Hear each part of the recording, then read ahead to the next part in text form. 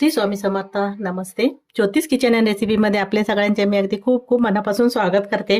आपण नेहमीच घोसाळ्याची भाजी किंवा घोसाळ्याची भजी करत असतो. आज आपण वेगळी अशी रेसिपी करू. इथे मी भरलेली घोसाळे बनवते आहे. त्यासाठी बघा इथे पाव किलो पेक्षा जेवढं आहे तेवढं आपण इथे मी घोसाळी घेतली आहे. सगळ्यात पहिलं मी स्वच्छ धुवून घेतली आणि आता सोलून कापून घ्यायचे. देठ मी कापून टाकते, छोटे छोटे तुकडे करते आणि सोलून घेते. वरची साल काढून घ्यायची, हलकं हलकं काढायचे, जास्त नाही काढलं तरी चालेल. ते साल पातळ असते अशी. कधी कधी वेगळी अशी तीच भाजी खाऊन पण कंटाळा येतो ना, मग असं वेगळं काहीतरी बनवायचं, खायला पण बरं वाटतं. असं नेहमी आपण भाजी बनवतो. इथे बघा आता मी सर्व ही घोसाळी साल काढून घेते. मी इथे सर्व घोसाळी साल काढली आणि धुवून घेतली परत एकदा. आता त्याचे अजून छोटे तुकडे करते, जास्त मोठे पण नाही चांगले वाटत. असे मध्यम आकाराचे छोटे छोटे तुकडे करून घ्यायचे.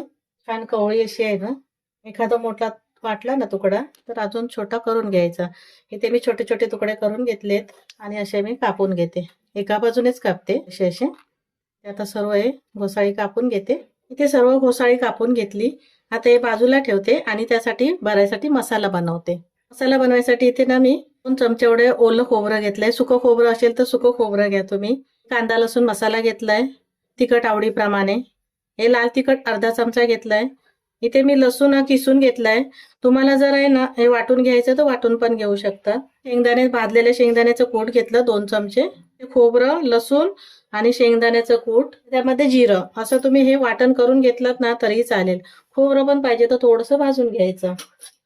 इथे मी आता सर्व कच्चं घेतलंय, हे फक्त भाजलेले शेंगदाण्याचं कूट आहे. लसूण पण कच्चंच घेतलंय. त्यामध्ये थोडंसं जिरा पावडर घालून घेते. इथे कोथिंबीर घातली, एक स्वाद येतो कोथिंबीरचा. हळद घालते थोडीशी. त्याप्रमाणे मीठ घालून घ्यायचे. घोसाळी शिजल्यावरती कमी होतात त्याप्रमाणे तुम्ही मीठ घालून घ्या. हा 1 चमचावर तेल घेतलंय. सर्व मसाले व्यवस्थित असं मिक्स करून घेते. मीठ अजून थोडंसं घालायचं. कांदा लसूण मसाल्यामध्ये पण थोडंसं मीठ असतं ना, त्यामुळे आधी कमी घालायचं, बघायचं थोडंसं असं चव. ते मी आता हे हातानेच मसाले व्यवस्थित असे मिक्स करून घेते. ते मी सर्व मसाले व्यवस्थित असे मिक्स करून घेतलं. त्याने थोडंसं धणा पावडर पण घालून घ्या, अर्धा चमचा एवढं. मी भरायला घेते.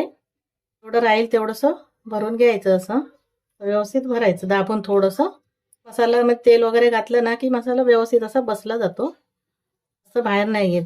थोडासा निघतो पण जास्त नाही निघत असं. ते आता मी सर्व हे घोसाळी अशीच भरून घेते.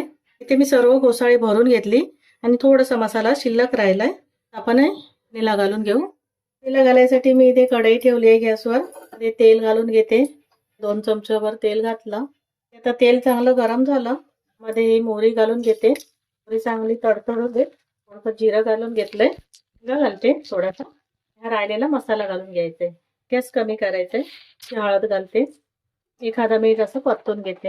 आता मसाले घातले तर पाणी घालून घेते, मसाले जळू नये म्हणून. थोडंसं पाणी घातलं. मसाला एखादा मीठ असं परतून घेतलं. त्यामध्ये जी आपण भरून घेतलेली घोसाळी होती ती घालून घ्यायची. इथे सर्व घोसाळी घालून घेतली. 1 ते 2 मिनिटं अशी तेलावर मसाल्यामध्ये अशी परतून घ्यायची, जेणेकरून मसाला पण सगळीकडे लागला जाईल व्यवस्थित. असं की हाताने परतून घ्यायची, नाही तर मसाला सर्व बाहेर येईल. घोसाळी घातली आणि परतून घेतलं 1 ते 2 मिनिटं असं. मी त्याच्यावर ठेवते, गॅस कमी करते. त्याच्यावर थोडंसं पाणी ठेवते. हे शिजून घ्यायचे, मध्ये मध्ये थोडंसं परतून घ्यायचं आपल्याला. मी इथे घोसाळी शिजत ठेवलेली आणि इथे ताटावर पाणी ठेवलेलं. एकदा मी परतून घेतले. आता हे ताटावरचं पाणी जरा ताट काढून घेते आणि हे जे पाणी आहे ना ते घालून घेते. जास्त पण नाही घालत आहे, थोडंसंच आहे. परत एकदा ढवळून घेते. अजून घोसाळी शिजायची आहेत. जास्त सुकं होणार त्याच्यामुळे मी पाणी घातलंय. थोडीशी रस्सेवाली अशी बरी छान वाटतात ते. आता परत मी झाकण ठेवते आणि शिजून घेते. इथे 7 ते 8 मिनिटं झाली घोसाळी शिजत ठेवलेली. पाणी घातलं नाही, मध्ये एकदा दोनदा परतून घेतलं ढवळून असं. आता मी झाकण काढून घेतलं आणि मस्त आपली भरलेली घोसाळी तयार झाली आहे. रंगही छान सुरेख आलाय बघा.